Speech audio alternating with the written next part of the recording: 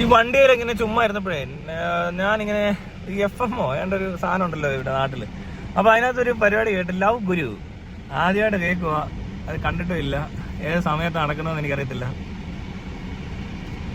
FM-ഓ കേൾക്കുന്നവർക്ക് അറിയായിരിക്കും.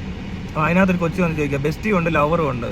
അപ്പൊ ഇവർക്ക് രണ്ടുപേർക്കും കെയർ കൊടുക്കണം, ലവ് കൊടുക്കണം, അത് എന്ത് തരം കൊടുക്കണം, എങ്ങനെ കൊടുക്കണം എന്നൊരു കൺഫ്യൂഷനിലാണ് ആ കുട്ടി എന്നാണ് പറയുന്നത്.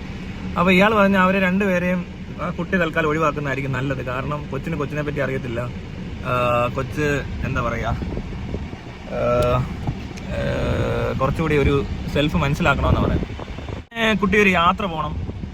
പിന്നെ അയാളുടെ വീട്ടിൽ അമ്മയും ഭാര്യയും ഉണ്ടെന്നോ പെങ്ങളുണ്ടെന്നോ.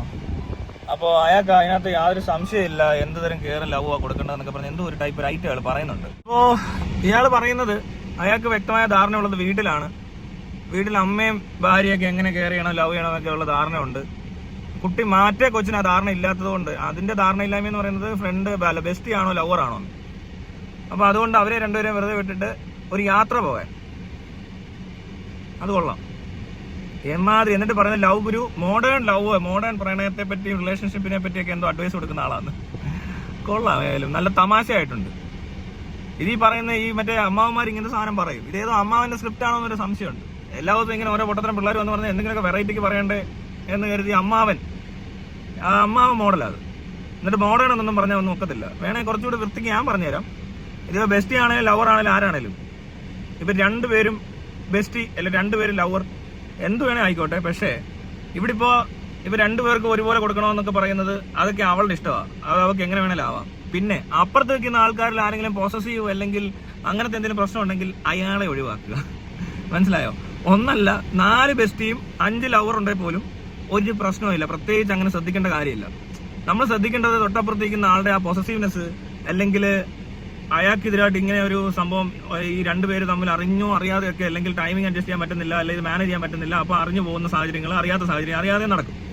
ഇപ്പൊ 2 കാമുകന്മാര് ഒരേ സമയം മെയിൻറ്റെയിൻ ചെയ്യുന്നതുകൊണ്ടും കുഴപ്പമൊന്നുമില്ല. കാമുകന്മാരെ മെയിൻറ്റെയിൻ ചെയ്യാനും കുഴപ്പമില്ല.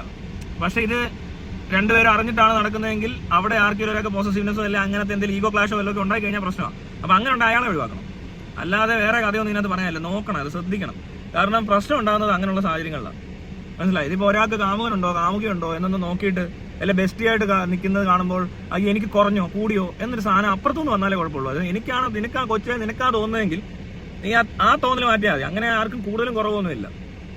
നീ ഇത്ര കൂട്ടിയാലും എത്ര കുറച്ചാലും കുഴപ്പമില്ല. അത് അപ്പുറത്ത് റിസീവ് ചെയ്യുന്ന ആളാണ് തീരുമാനിക്കുന്നത് ഇത് കൂടുതലാണോ കുറവാണോ എന്ന്. അപ്പൊ അത് അങ്ങനെ വല്ലതും പറഞ്ഞാൽ ആ പറയുന്നതിനകത്ത് ഒരു പോസസീവ്നെസ് അല്ലെങ്കിൽ ഒരു ഈഗോ ഇങ്ങനത്തെ സാധനമാണ് വർക്ക് ചെയ്യുന്നതെന്ന് തിരിച്ചറിയാൻ പറ്റിയാൽ മാത്രം മതി. അത് മനസ്സിലാവും നമുക്ക്. കൂടുതൽ സമയം ഒരുപാട് നേരം അങ്ങ് കൂടെ വന്നിരിക്കുന്നുണ്ടോ, ഒത്തിരി അങ്ങ് ഒബ്സഷൻ ഉണ്ടോ എന്തെങ്കിലും, അതൊക്കെ ശ്രദ്ധിച്ചാൽ മതി. അങ്ങനെയൊക്കെയുള്ള ഐറ്റങ്ങളെ കൂടെ കൊണ്ടു നടക്കാൻ ബുദ്ധിമുട്ടാണ്. പിന്നെ പെങ്കൊച്ചിന് പ്രശ്നമുണ്ടോ എന്ന് ചോദിച്ചാൽ ആ പെങ്കൊച്ചിന് ഉള്ള പ്രശ്നം ഇതാണ്. ഈ പറഞ്ഞ അപ്പുറത്ത് നിൽക്കുന്ന ആൾക്കാരെ അനുസരിച്ചല്ല പുള്ളിക്കാരെ അത് ചോദിക്കുന്നത്. അല്ലെ പിന്നെ അതത്ര വ്യക്തമായിട്ട് പറയണമെന്ന്, എന്റെ ബെസ്റ്റിക്ക് പ്രശ്നമുണ്ട്, എന്റെ ബോയ് ഫ്രണ്ടിന് പ്രശ്നമുണ്ടെന്ന്.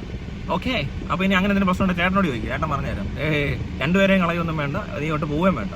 അങ്ങോട്ട് അവിടെ ആ സാധനത്തിനെ മെയിൻറ്റെയിൻ ചെയ്യുന്നതും മാനേജ് ചെയ്യുന്നതും ശ്രദ്ധിക്കുക.